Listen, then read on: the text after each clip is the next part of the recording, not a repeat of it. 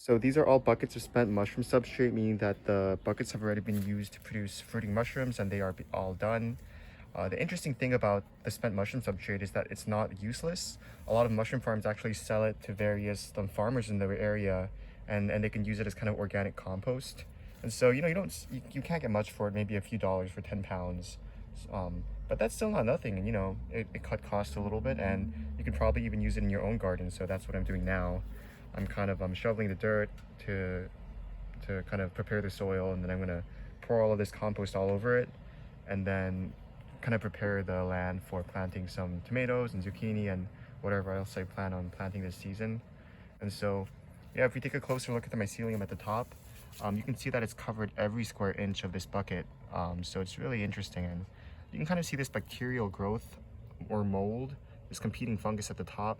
I'm not sure whether that kind of established a foothold first and the mycelium grew around it, or if that formed afterwards. But it's just interesting to look at. And then you kind of see these little coral-like structures protruding out. So this was the mycelium trying to fruit the mushroom from the top, but then realizing that there was nowhere to go and aborting that process. But you can just see it all along the edges. So very, very strange and interesting to look at, but kind of beautiful in a way. So I've gone through all the soil. I kind of tilled the soil and removed some little stones that just accumulated over the winter. Took off the caps of all of these things. So now I'm just gonna dump all of this into the soil and let it kind of compost for a few weeks before I plant the seeds. So uh,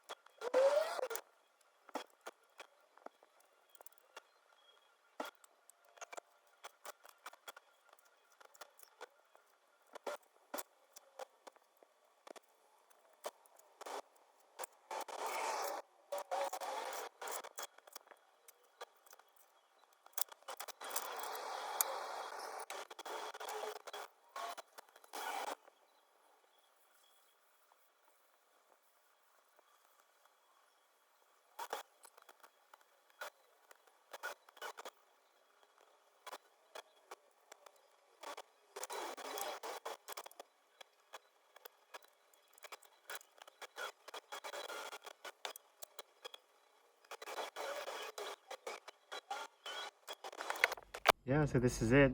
It looks really messy. I'm probably just gonna let this sit and compost for a few weeks, and then in the beginning of April, maybe late May, maybe just a couple of weeks later, I'll start planting stuff. So this is the first time I'm kind of planting more seriously.